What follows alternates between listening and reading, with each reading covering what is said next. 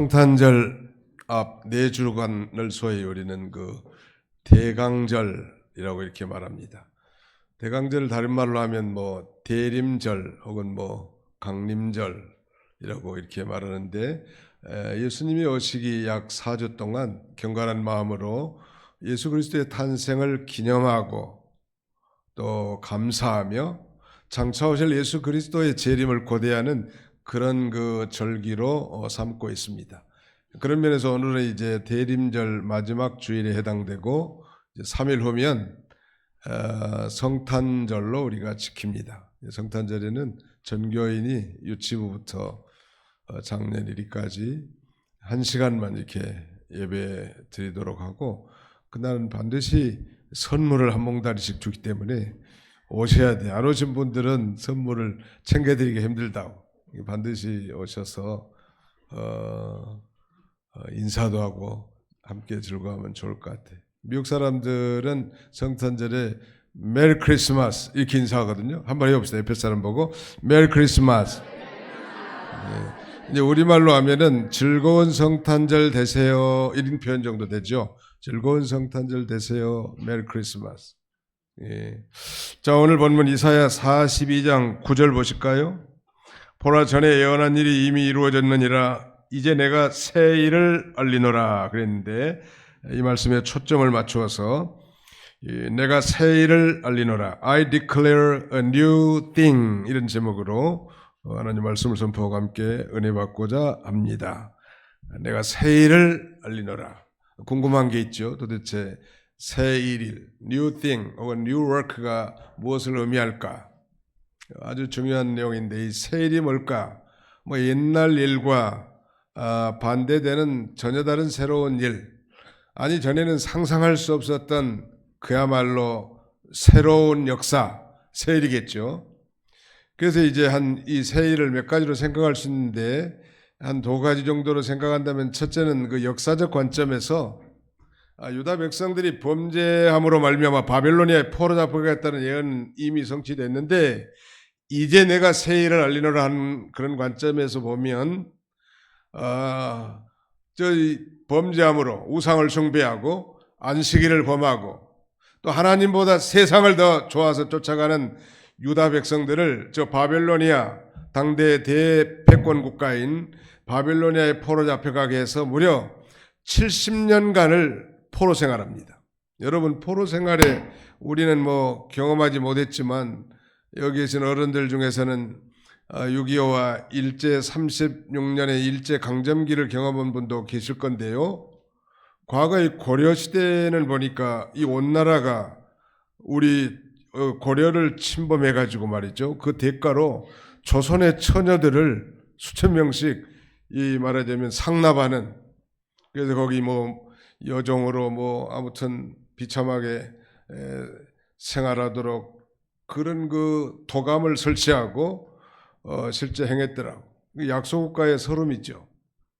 일제 강점기도 마찬가지. 젊은이들, 힘 있는 사람들은 소위 징용과 징병으로 끌려가는 거예요. 대가도 없이. 젊은 처녀들은 소위 정신대라고 하는, 말이 정신대지 비참한 일본 군인의 욕구를 채워주는 전쟁 마당의 비극적인 여인들 아니겠습니까? 왜?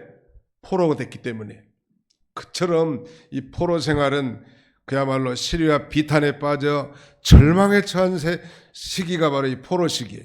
그런데 내가 새 일을 알리노라, 내가 새 일을 선포하노라, 이 말은 비록 그들이 범죄함으로 바빌로니아에 포로 잡혀서 비참한 생활을 하지만, 이제 내가 한 왕을 세워 바벨로니아를 멸망시키고 페르시아 왕국을 세워 모든 포로 잡혀온 민족들을 다 해방시키고, 또 그들이 섬기는 신들을 섬기도록 성전을 짓게 하겠다 하는 놀라운, 말하자면 포고령이에요.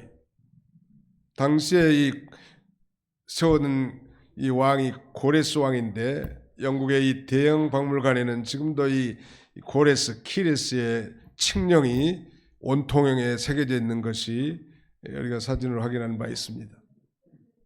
나중에 영국에 가면 한번 대형 박물관에 한번 가서 확인해 볼 참이에요. 어떤 면에서 놀라운 일이죠. 대개 다 왕들은 권력과 강압으로 백성들을 통치하는데 이런 포용적인 왕을 세워서 소수민족들, 포로 잡혀온 소수민족들 다 해방을 시키고 자유를 주고 그들이 섬기는 신을 섬길 수 있도록 성전을 짓게 하는 이런 합리적인 왕이 등장한 것은 하나님이 그를 붙드시고 하나님이 그를 세우셔서 하나님의 영으로 함께 하셔서 이 놀라운 새 일을 집행하게 하셨다는 말. 놀라운 일이죠. 이 왕들의 마음을 주장하시는 분도 하나님이세요. 왕의 마음이 마치 보의 물과 같아서 여호와께서 임의로 주장하시느니라. 왕의 마음을 움직이는 것. 왕의 마음이라니까 너무 거창합니다만 우리 배 아파서 난 우리 사랑스러운 자녀들도 내가 내 마음대로 잘 안 되잖아요. 그걸 하나님 앞에 간절히 기도하면 하나님께서 우리 자녀들 정말 믿지 않는 남편들의 마음도 하나님이 감동시켜서 역사하게 할 수 있다는 사실을 우리가 잊지 말고 자녀 손들 믿지 않는 가족들을 위해서도 하나님 앞에 간절히 기도하는 저와 여러분들이 다 되시기를 축원합니다. 중요한 게 세일이라고 했는데 바로 세일은 역사적으로 하나님께서 고레스를 세워 바벨로니아를 멸망시키고 거기에 포로 잡혀간 유다 백성들을 해방시켜 참된 자유를 주겠다는 것이고요. 예언적으로는 장차 죄와 사망 가운데 포로 잡혀 있는 비참한 인생들에게 하나님께서 위대한 왕, 만왕의 왕이신 예수 그리스도를 보내서 그 죄와 사망에서 해방시켜 참된 자유와 구원과 생명을 주시는 그 위대한 성탄의 사건, 이것이 바로 새 일이고 구속운동, 새 생명 운동이라는 것 믿으시기 바랍니다. 새일. 그래서 오늘 저는 성탄절을 앞두고 바로 이 새일의 두 번째 예언적 관점에서 여호와께서 보내신 그 여호와의 그 종의 사역과 성품을 통해서 이루어진 놀라운 새 역사를 한번 들여다보고, 아니 우리도 더 적극적으로 이 새일에 참여한 자로서 이 역동적으로 이 삶을 살 수 있기를 간절히 바라는 마음에서 오늘 본문을 선택해서 증거한 것입니다. 자, 본론적으로 그렇다면 이 오늘 본문을 통해서 나타난 여호와께서 선포하신, 여호와께서 알리신 이 새일의 대상은 누군가, 타겟이 누구인가, 그리고 이 새일을 여호와 하나님은 과연 어떻게 이루어 나가시는가, 그리고 마침내 궁극적으로는 이 새일을 이루신 목적, 정말 예수님 보내신 목적이 뭔가, 그리스도 즉 메시아를 이 땅에 보내신 진정한 목적이 무엇인지 이 세 가지 관점에서 말씀을 선포하고자 합니다. 먼저 이 여호와께서 알리신 새일, the target of the new work proclaimed by the Lord, 여호와 하나님이 선포하신 그 위대한 새일의 대상이 누구냐는 말이. 자, 우리 성경을 같이 한번 읽어봅시다. 3절을 같이 한번 읽어봅시다. 3절 시작. 상한 갈대를 꺾지 아니하며 꺼져가는 등불을 끄지 아니하고 진실로 정의를 시행할 것이며. 자, 한번 따라서 해봅시다. 상한 갈대를 꺾지 아니하며 꺼져가는 등불을 끄지 아니하고 진실로 정의를 시행할 것이며. 여러분, 갈대라는 건 대단히 연약한 식물이죠. 바람만 불면 흔들거리는. 여자의 마음은 무엇과 같다? 대답하기 싫은 모양. 여자의 마음은 무엇과 같다?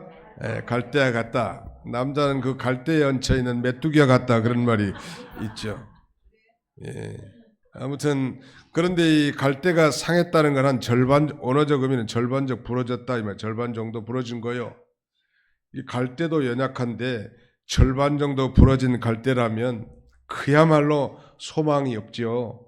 손만 대면, 아니 바람만 불면 부러져 버릴 수밖에 없는 그런 게 상한 갈대. 또 꺼져가는 심지, 옛날에는 석유 기름을 써서 등잔을 켰잖아요. 젊은 사람들은 잘 모르겠는데 여기 어르신들은 다 알 거예요. 그래서 아침에 일어나면 콧구멍이 시커매, 그 등불의 그 연기 때문에. 그런데 여기 이제 기름이 있을 때는 불꽃이 상당히 크다가 조금씩 이제 줄어가지고 나중에는 간들간들해. 그래도 그 등불 앞에서 놀다가 콧김만 3개 불어도 푹 하면은 꺼져버리잖아요. 그런데 그 꺼져가는 등불, 이건 이 말하자면 뭐 이 메타포어라고 할 수 있겠는데 상한 심령, 갈대같이 연약한 그런 심령, 그 다음에는 꺼져가는 심지와 같은 소외되고, 그 다음에는 슬픔에 젖어 있는 인생들에게 이 세일이 적용된다는 것. 우리 하나님은 어떤 분이신가? 아니, 이 세일을 이행하실 분은 어떤 분인가? 4절에 한번 보실까요? 그는 쇠하지 아니하며 낙담하지 아니하고 세상에 정의를 세우기에 이르리니 섬들이 그 교훈을 앙망하리라. 즉 여호와께서 세우신 메시아, 그분을 통해서 이루실 이 새 역사신데, 그분은 쇠하지 않고 낙담하지 않고 세상에 정의를 세우기까지 하겠다는 거예요.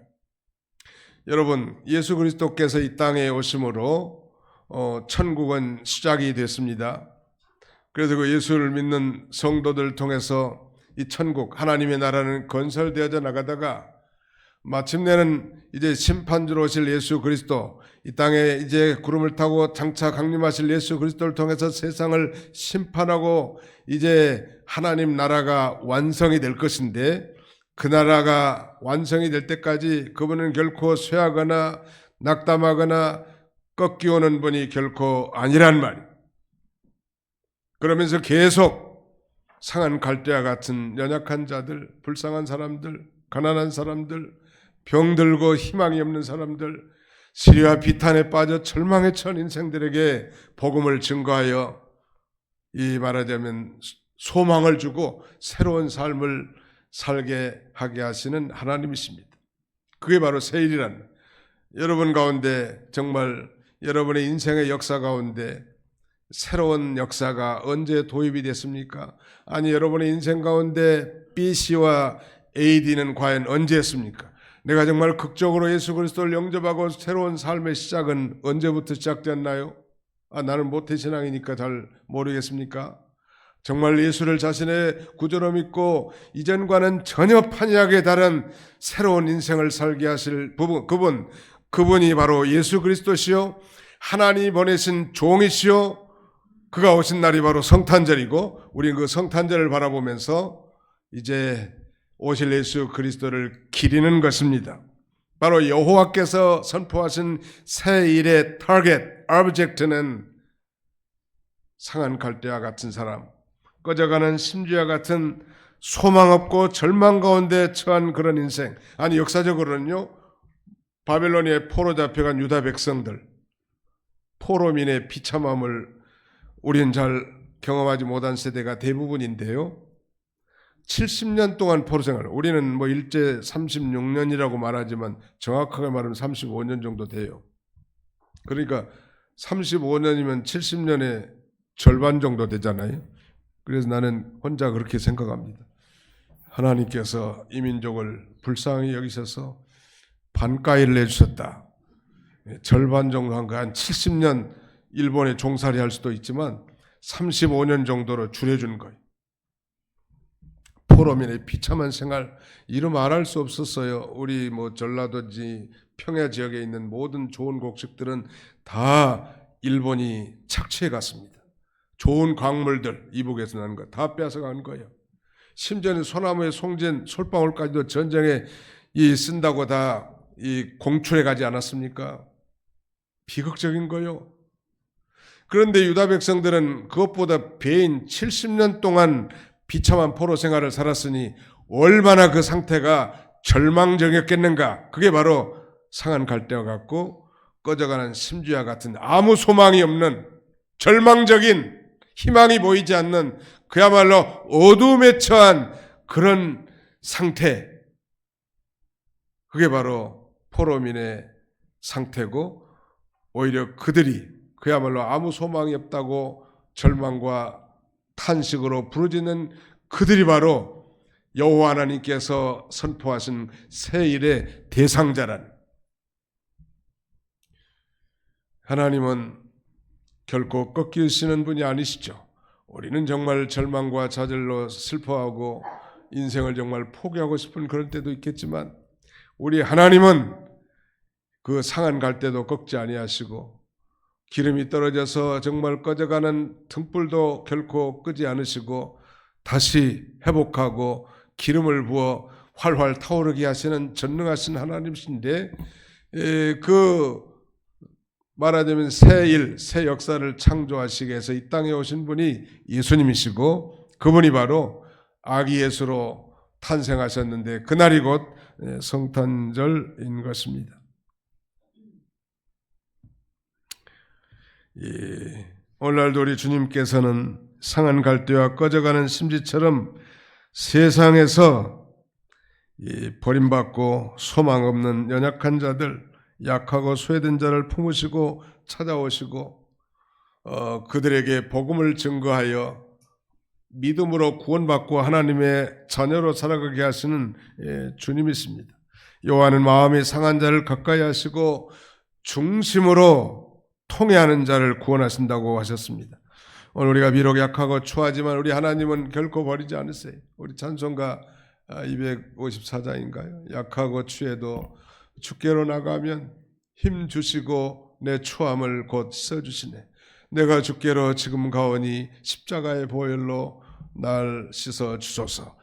약하고 추해도 예수님 당시에 먼저 예수님을 영접하고 천국에 침투한 사람들은요, 거룩하고 도덕성 있는 종교 지도자들이 아니었습니다.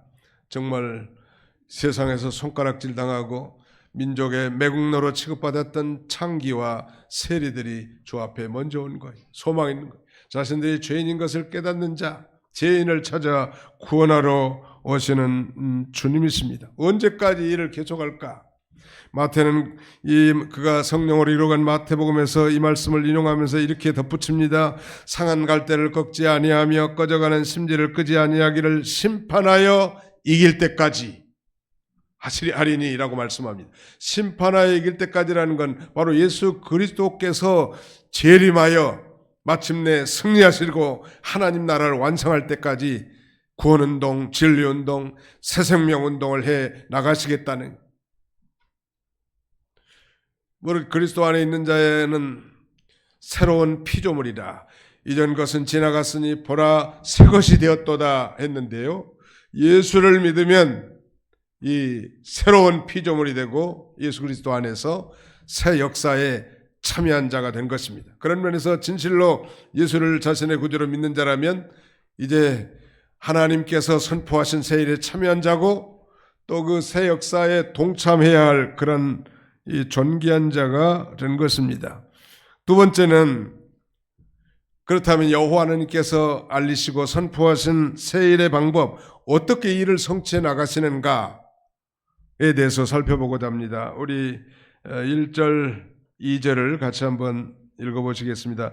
이사야 42장 1절로 2절입니다. 시작. 내가 붙드는 나의 종, 내 마음에 기뻐하는 자, 곧 내가 택한 사람을 보라. 내가 나의 영을 그에게 주었은즉 그가 이방의 정의를 베풀리라. 그는 외치지 아니하며 목소리를 높이지 아니하며 그 소리를 거리에 들리게 하지 아니하며. 우선 1절에 보시면 새 일을 창조하시기 위해서 여호와 하나님께 세우신 만왕의 왕 메시아, 저 포로 잡혀간 비참한 유다 백성들을 건져내기 위해서 고레스라고 하는 아주 특이한 왕을 세워 이 일을 하셨던 것처럼 죄와 사망 가운데 포로 잡혀 자유가 없는 정말 지옥 형벌을 앞두고 산 비참한 인생들 향해서 예비하신 메시아, 만왕의 왕이신 그리스도는 도대체 어떤 분인가? 여호와 하나님께서 소개하실 그 종의 정체, 아이덴티티는 무엇인가? 여기 그렇게 돼 있죠. 1절에 내가 붙드는 나의 종, 내 마음에 기뻐하는 자, 내가 택한 사람을 보라. 내가 나의 영을 그에게 주었은즉 그가 이방의 정의를 베풀리라.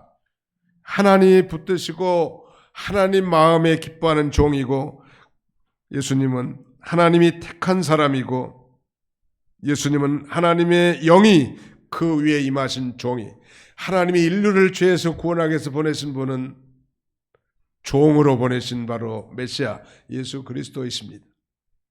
오늘 정말 우리가 진정으로 예수 그리스도를 믿는 자라면 우리도 이 세 가지가 적용될 것 같아. 우리도 하나님이 붙드시고 하나님 마음에 기뻐하는 종이고, 창세전에 그리스도 안에서 우리를 택하신 분이시고 택한 받은 존재고, 그리고 성령으로 예수를 믿고 성령님이 우리 안에 내주해 계신 하나님의 영이 그 위에 우리 안에 임하신 종이란 말.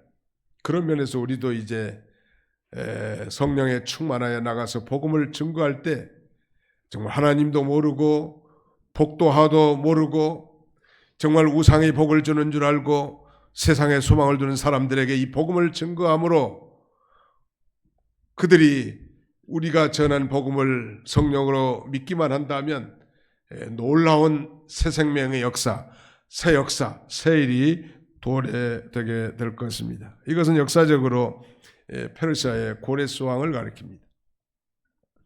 그 철권 국가, 바벨론 국가가 멸망하겠는가? 역사적으로 바벨론 제국이 멸망합니다. 벨사살 왕 때 말이죠. 극도에 타락한 가운데 심판을 받아 멸망하고 등극한 왕이 메데 바사, 이 메데를 흡수한 바사, 즉 페르시아가 통일합니다.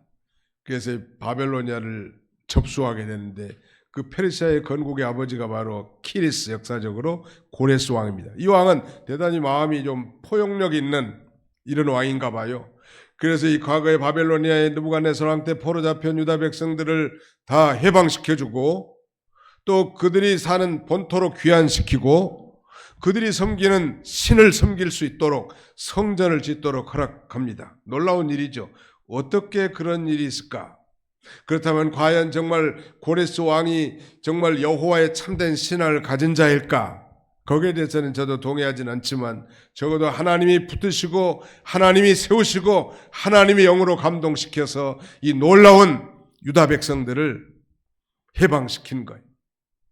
우리 조국이 일제강점기에서 35, 6년 동안 종살에다가 해방된 것은 저는 하나님이 그렇게 하셨다고 봅니다. 그렇다고 우리가 독립운동한 우리 독립유공자들의 공을 무시하는 건 아니지만 한번 상상해 보세요. 하나님은 저 태평양 건너의 독수리 미국을 중심한 그 연합국을 통해서, 아니 미국이 일본의 히로시마와 나가사키에 원자폭탄을 터뜨림으로 선상에서 이 또 히로우미가 항복을 선언합니다. 누구 앞에서? 맥카터 장군 앞에서. 우리는 즉각적으로 해방을 얻게 됐고 다시 자유를 찾지 않았습니까? 하나님이 메가더도 세워서 트루먼 대통령도 세워서 우리를 해방시켜 주신 거예요. 물론 사람이 하지만 사람의 마음을 하나님이 감동시켜서 그 일을 하게 하신 거예요. 오늘 저도 설교를 하지만 인간 체이근의 메시지가 아니라 체이근이라는 연약한 자를 하나님이 붙드시고 성령으로 하나님의 말씀을 전하게 하셨기 때문에 하나님의 말씀인 것입니다. 왜냐하면 제 사욕과 욕심과 제 꿈과 이상과 철학을 전하는 것이 아니고 여호와께서 이르시되 라고 하신 하나님의 말씀을 증거해요. 동일하게 여러분들도 하나님의 종을 통해서 선포된 하나님의 말씀이 내게 직접 주신 하나님의 말씀으로 받아 믿으면 여러분의 심령도 이 시간에 좀 새로워질 거예요. 새로운 힘을 얻고 한 주간 또 살아갈 수 있는 거예요. 그래서 일요일은 사실은 한 주간의 끝날이 아니고요. 썬데이는 일요일의 첫날입니다. 여러분 달력을 보세요. 일요일이 맨 앞에 있잖아요. 빨간 걸로 돼 있어가지고. 일요일이 첫날이에요. 그래서 첫날, 이날은 이 성령, 보혜사 성령이 강림하신 날이고 이날은 예수 그리스도께서 3일 만에 부활하신 날입니다. 영광스러운 날, 이날 우리가 선포되는 하나님의 말씀을 통하여 은혜 받고 정말 예배의 진정한 성공자가 되어 한 주간을 능력 있게 살게 하시려고 예배드리게 하신 것이고, 더 중요한 목적은 그 하나님 앞에 영광을 돌리는 것입니다. 뭘 통해서? 예배를 통해서. 그래서 예배의 성공자가 인생의 성공자가 되는 거예요.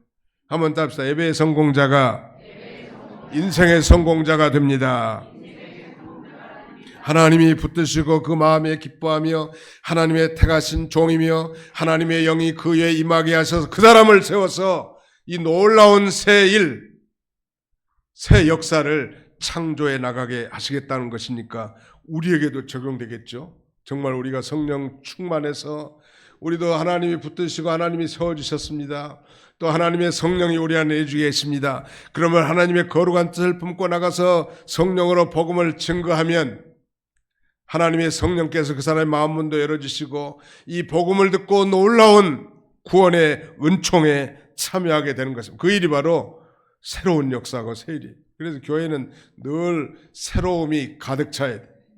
Newness 혹은 Renewal, 새로움, 갱신된 역사가 교회 안은 가득 차야 돼. 우리 하나님이 가장 싫어하는 것은 타성해져서 소위 매너리즘에 빠져 종교생활하는 것을 가장 싫어하십니다.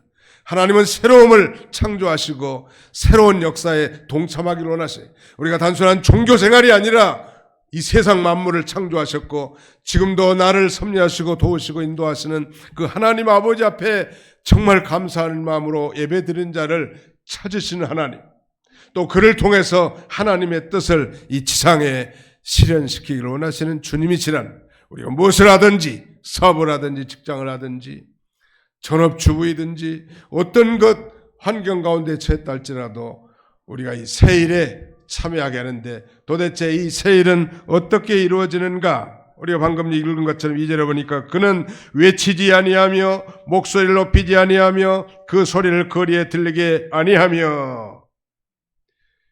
메시아 여호와께서 보내신 이 종은 그가 이루시는 그 새 생명운동, 구원운동이 그저 떠들썩하면서 자신을 드러내고 권세와 영광을 추구하는 세상왕처럼 떠들썩하는 그런 대중운동이 아니라 천천히 흐르는 실로암의 강물처럼 진리와 성령, 하나님의 말씀과 성령의 감동함으로 하나님의 말씀을 전함으로 잠자는 영혼들을 깨우고 죽은 심령들을 살리고 병든 심령들을 새롭게 하고 곤고한 영혼들을 진리와 성령으로 회복시키는 놀라운 운동, 그게 바로 새 일이고 새 역사고 구원운동이고 새 생명운동입니다.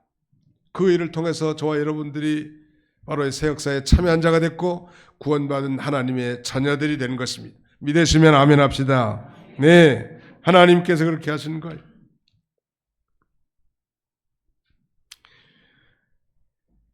외치지 아니하며 목소리를 높이지 아니하며 그 소리를 거리에 들리게 하지 않았다. 종으로서 그야말로 메시아의 온유하고 겸손한 자세를 보여준 것입니다. 오히려 그는 그 자신을 가리고 겸손해서 자기에 대해서는 대대적인 광고나 선전을 하지 않았습니다. 그는 결코 굴종과 정복의 관계가 아니라 사랑과 신뢰의 관계를 원하십니다. 예수님이 하시는 구원운동, 오늘날 이 교회운동은 겸손한 운동이에요. 강화문에 가서 떠들썩하는 그런 운동이 아닙니다. 그건 교회운동과는 너무너무 거리가 먼 정치운동이죠.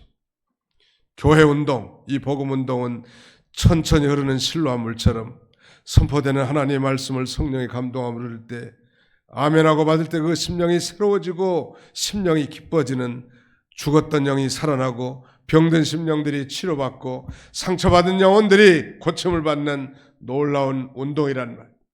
그게 바로 새 일이고 새 역사의 운동이라는.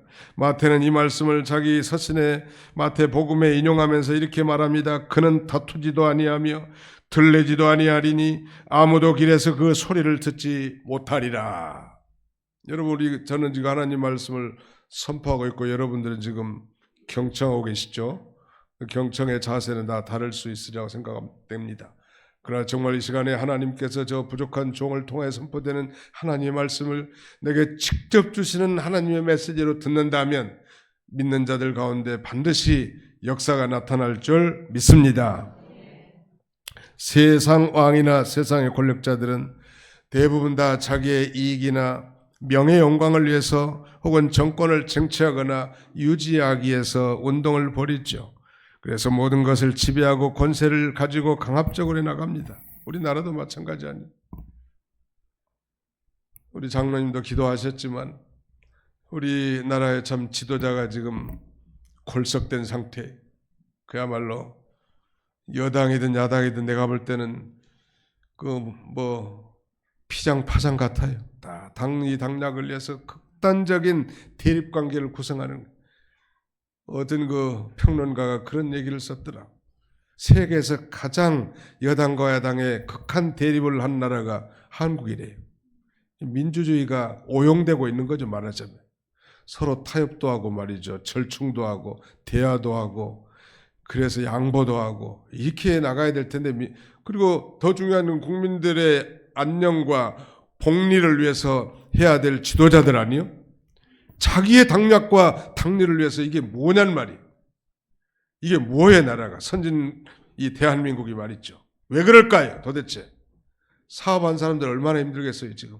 그렇지 않아도 지금 힘든 파국인데 중소상공인들, 소상업자들 죽을 맛이라고 지금. 대기업이 잘 돌아가야 그래도 콩고물이라도 떨어질 건데 이거 뭐 세계 경쟁력은 상실되고 말이죠. 이 후폭풍이 온전히 국민들이 다 당하는 거예요. 그러나 예수님의 운동은 사랑과 신뢰 운동이고 겸손히 살리는 운동이고 세우는 운동이고 고치는 운동이고 새롭게 하는 운동이라는 거예요. 그게 바로 세일인데 이 세일을 위해서 바로 예수님이 오신 거예요. 그래서 교회에는 조용한 것이야. 질문 하나 하겠습니다. 이 세상에서 제일 조용한 곳이 어디일까요? 1. 공동묘지. 2. 남대문 시장. 어디겠어요? 공동묘지가 조용한 이유는 다 죽었기 때문에 그래요. 떠들고 시끄러운 것은 다 살아가지고 자기 주장하는 거예요. 자기 주장. 예수님은 그렇게 하지 않아요. 여기 분명히 그랬잖아요. 우리 읽었죠. 그는 외치지 아니하며 목소리를 높이지 아니하며 그 소리를 거리에 들리게 하지 아니하며. 그분이야말로 정말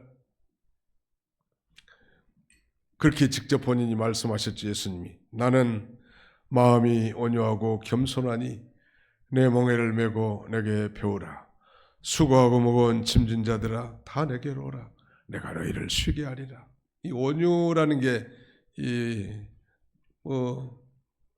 그야말로 단순한 부드러움 정도는 아니, 통제된 힘이라고 할까요?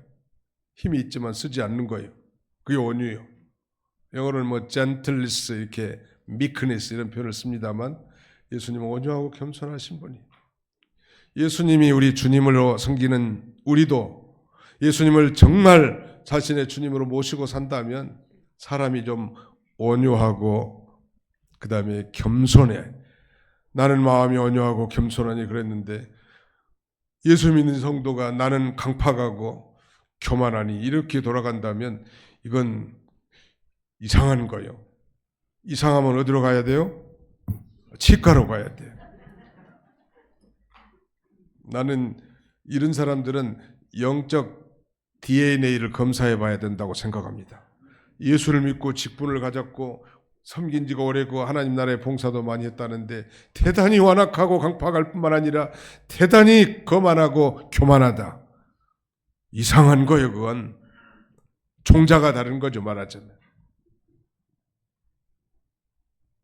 예수님이 하시는 새 일은 들리지도 않고 외치지도 않고 세상 사람들처럼 떠들썩하게 자기를 자랑하고 교만과 강팍한 그런 통치가 아니라 겸손히 하나님의 말씀을 선포해서 성령으로 말미암아 구원받고 생명을 얻는 그런 운동인 것입니다. 예수님께서 많은 환자들을 고쳐주셨죠. 그의 공생의 기간 동안에 한 문둥병자를 고치시고도 이렇게 말씀합니다. 삼가 아무에게도 이르지 말고 아무에게도 이르지 말라니. 소위 그 예수님의 소위 은닉사상이라고 하는데요. 문둥병자는 사실 구약시대에는 이 불치의 병으로 혈루증과 함께 구분된 천병이라고 말했습니다. 근데 예수님은 천병, 불치의 병을 다 고쳐주셨는데 아무에게도 그 고쳐졌다는 사실을 말하지 말라는. 왜냐하면 자신을 그저 기적을 행하는 사람으로 인식할까 봐 두려워서. 예수님은 하나님이 보내셔서 장차 고난을 당하시고 십자가에 못 박혀 죽으심으로 인류를 죄에서 구원할 구속 성취의 과업 대업을 얻고 오셨는데 그저 오병이의 기적을 행하고도 사람들이 아, 예수님만 따라다니면 경제 문제가 해결되겠구나. 예수님만 모시면 모든 정치적인 문제도 해결되겠구나 하고 육신의 왕으로 삼으려고 하기 때문에 삼가 아무에게도 얘기하지 말라고 말하는, 교회도 마찬가지. 정말 그 훌륭한 신앙의 인물, 성숙한 자들은요, 그렇게 떠들썩하고 요란하고 교만하지 않습니다. 하나님이 하신 줄로 믿고 겸손히 감사하고 나가는 것. 이 여호와께서 선포하신 이 세일의 방법은 이렇게 겸손한 운동이고 온유한 운동이고, 이 빌립보 2장 7절 이하에 보면 자기를 비워 종 형체를 가지사 사람들과 같이 되시고 사람의 모양으로 나타나셔서 자기를 낮추시고 십자가에 죽기까지 복종하셨으니, 그리고 마침내 십자가를 지십니다. 죽기까지 복종하는 거예요. 누가? 바로 예수 그리스도께서 그렇게 하셨다는 거예요.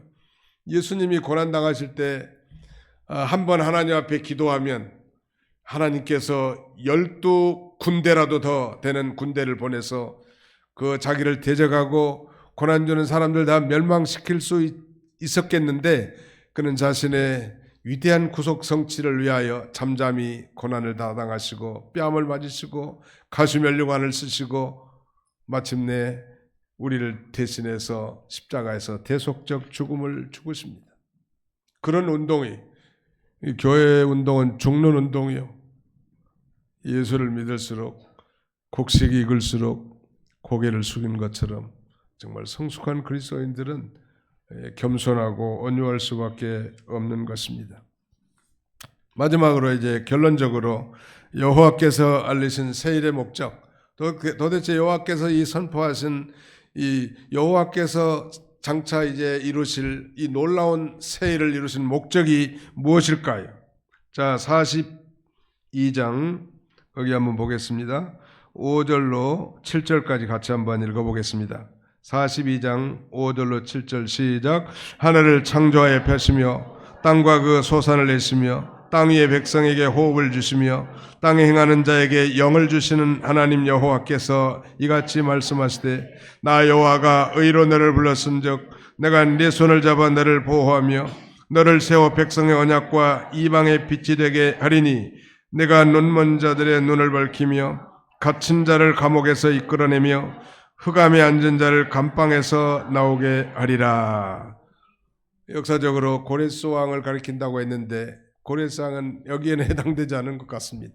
정말 이 말씀에 이중적 성취라면 장차 오실 고난의 종이신 예수 그리스도에게 해당되는 것인데, 바로 예수 그리스도를 영접하면 말하자면 눈먼 자들의 눈을 밝혀지고, 즉 눈먼 자들 소경이 눈을 밝혀지고 갇힌 자를 감옥에서 이끌어내고 흑암에 있는 앉은 자를 감방에서 나오게 한다는 말. 오늘 아담의 후손으로 태어난 예수 믿지 않는 사람들, 아담의 후손으로 태어나서 그 정죄와 유전죄로 말미암아 죄 가운데서 참된 자유를 잃어버리고, 그 다음에는 참된 삶의 목적도 알지 못하고 신령한 세계, 영적 세계를 보지도 못하는 그 영적 소경, 영적 벙어리, 영적 감옥 상태에서 바로 예수 그리스도의 생명의 복음이 전파됨으로 말미암아 영안이 밝히 되어진 것입니다. 이 어둡다, 소경, 영적 맹인이라는 것은 하나님도 모르고 죄도 모르고 인생에 사는 목적도 모르고 천국도 지옥도 모르고 내가 어디로 가는지도 모르고 어디서 왔는지도 모르고, 그게 영적 소경이고 맹인 아니겠습니까? 그리고 예수를 자신의 구조를 믿음으로 말미암아 이 세상이 말씀으로 하나님이 창조된 것도 알고, 죄가 무엇인지도 알고, 구원이 무엇인지도 알게 되고, 하나님이 어떤 분인가를 알게 되고, 우리의 출생의 근원과 또 우리가 어디로 가는지, 우리 삶의 목적이 무엇인지, 장차 영생과 천국에 대해서도 밝히 보는 눈이 띄어졌단 말. 그 영적 소경의 눈을 번쩍 띄게 하시려고 하나님께서 예수님을 보내서 이 놀라운 새 생명운동, 새일 복음운동을 시작하신 것입니다. 영적 흑암 상태에 있는 자들에게 예수 그리스도의 생명의 빛을 비추어서 밝은 광명의 세계로 옮겨주셨고, 그래서 우상을 찬양하고 숭배하던 자들에게 사시고 참되신 하나님께 돌아와 이제 궁극적으로 참신, 참된 주님이신 우리 하나님 앞에 찬양하고 하나님 앞에 영광을 돌리게 하신 것입니다. 우리는 지난 시간에 우리가 살펴본 대로 예수님께서 이제 예수님의 가정이 나사렛에서 가버나움으로 이사합니다. 예수님은 베들레헴에서 태어났지만 자라기는 나사렛에서 자라났고 나중에 예수님의 가정이 가버나움으로 이제 이사를 했는데, 갈릴리 가버나움은 이방의 갈릴리라고 불릴 만큼 그야말로 흑암의 땅이고 사망의 땅과 같이 버려진 땅이었습니다. 그러나 그곳에 큰 빛 되시는 예수 그리스도께서 오시니까 흑암의 땅이 밝아지고 아름다운 땅으로 바뀌고요. 놀라운 사실은 우리 주님은 그 흑암의 땅에서 예수님의 제자 가운데 베드로와 야고보와 요한을 불러 위대한 복음운동을 계승하게 했습니다. 사망과 흑암의 땅에 기독교가 들어가면 하나님의 빛이 비춰짐으로 그 어두운 땅이 밝아지고 새로워지고 아름답게 되는 거예요. 여러분, 예수님을 믿으면 그 세계가 밝아지는 거예요. 놀라운 일이죠. 이 복음의 흐름과 부의 흐름이 비례한다고 했는데 복음이 받아들인 나라는 실제적으로도 전등이 많이 켜져서 밝아지더라고요. 이번 주에 그 한 주간 여기 남쪽에 김해라고 하는 지역의 그 무척산에 올라가서 우리 동료 목사님들 여러 명과 함께 기도하고 왔는데, 그 김해 꼭대기에 무척산은 굉장히 가파르더라고요. 왜 무척산을 지었을까? 제가 가보고 싶었던 것인데, 고려신학교를 설립한 한상동 목사님이 거기에 올라와서 늘 기도했다고 하고, 오늘날 그 무척산 꼭대기가 한 702m인데 그 꼭대기에 뭐 천지못도 있고 기도원이 하나 있는데 무척산 기도원이더라고. 그래서 그 한상동 목사님이 기도했던 그 기도바에 올라가서 기도도 하고. 그런데 뭐 산이 굉장히 뭐 가파라요. 왜 이 산을 무척산으로 지었나? 무척 올라가기 힘들더라고. 아마 그래서 무척산으로 짓지 않았는가 싶은데, 그 꼭대기에 올라가 보니까요, 이 김해 시내가 환하게 비치는데 주로 비닐하우스도 많고 시내 변경이니까. 근데 그 전기세가 안 아까운지 아무튼 불이 환하게 밝혀져 있어. 반면에 이 북한이나 어두운 세계, 복음이 들어가지 않은 세계는요, 실제로도 어두워 땅이. 그 우주에서 이 지구를 촬영한 그 사진을, 영상을 소개할 때 여러분도 보셨을 거예요. 북한하고 남한 이 휴전선을 경계로 저쪽은 그야말로 어둠의 땅 아니, 어둠의 땅이라는, 서울 쪽은 환히 밝은 대낮 같은데, 그런 빛 말고 큰 빛인 예수 그리스도께서 오심으로 정말 하나님도 죄도 생명도 모르는 이 어두운 세상에 있는 이 세계에 예수 그리스도를 영접함으로 밝아지는 거예요. 예수님을 믿으면 인생이 밝아집니다. 시작. 예수님을 믿으면 인생이 밝아집니다. 이따 어두운 땅에 기독교가 들어가면 그야말로 하나님의 빛이 비춰짐으로 밝아지고 새로워지고 아름답게 됩니다. 이제 말씀을 맺겠습니다. 오늘 이 시대는 그야말로 죄악으로 말미암아 점점점 어두워져 가고 있습니다. 왜냐하면 하나님을 떠나고 하나님의 말씀을 점점 떠나고 있기 때문입니다. 우리가 성탄절 앞두고 이 대강절 마지막 주일에 여호와께서 선포하신 이 메시아의 탄생을 통한 새 일에 우리가 참여한 것을 감사하고 아기 예수 탄생을 기리고 함께 즐거워하는 거. 왜? 구원자가 탄생한 것만큼 위대한 일이 어디가 있냐는 말이에요. 나 같은 죄인이 예수 그리스도를 믿음으로 구원받아 하나님의 자녀로서 삶의 바른 목적을 깨닫고 저 영원한 천국을 하나님의 기업으로 이어받을 상속자가 되어 영광스러운 이 길을 걸어가게 하신 그 세일의 창조자 메시아, 그분이 탄생한 날이 바로 성탄절이, 우리는 그 성탄절 앞두고 이렇게 함께 즐거워하고 기뻐하는 이 저와 여러분들이 다 되시기를 주님의 이름으로 간절히 축원합니다. 기도하겠습니다. 기도합시다. 기도하겠습니다. 살아계신 우리 아버지 하나님께서 오늘도 안식일을 기억하여 거룩히 지키라고 하신 주의 명령을 따라 사랑하는 주의 권속들 한자리에 볼로 모아주시고 우리가 성탄절 앞둔 이 대림절 마지막 주일에 여호와께서 알리신 새일이 무엇인지, 또 그 새일을 어떻게 진행되어 나가시는지, 그래서 어떻게 생명을 구원하고 하나님의 새 생명 운동을 해 나가시는지, 그리고 이 새해를 행하신 선포하신 진정한 목적이 무엇인지를 살펴보았습니다. 이 말씀을 마음에 깊이 새기면서 이 대림절 경건한 주간에 우리가 정말 아기 예수 탄생을 기리며 정말 우리가 구원받은 은혜에 감사하며 장차 다시 오실 예수 그리스도를 고대하고 사모하는 우리 모두가 다 되게 하여 주시옵소서. 예수님의 이름으로 기도하옵나이다. 아멘.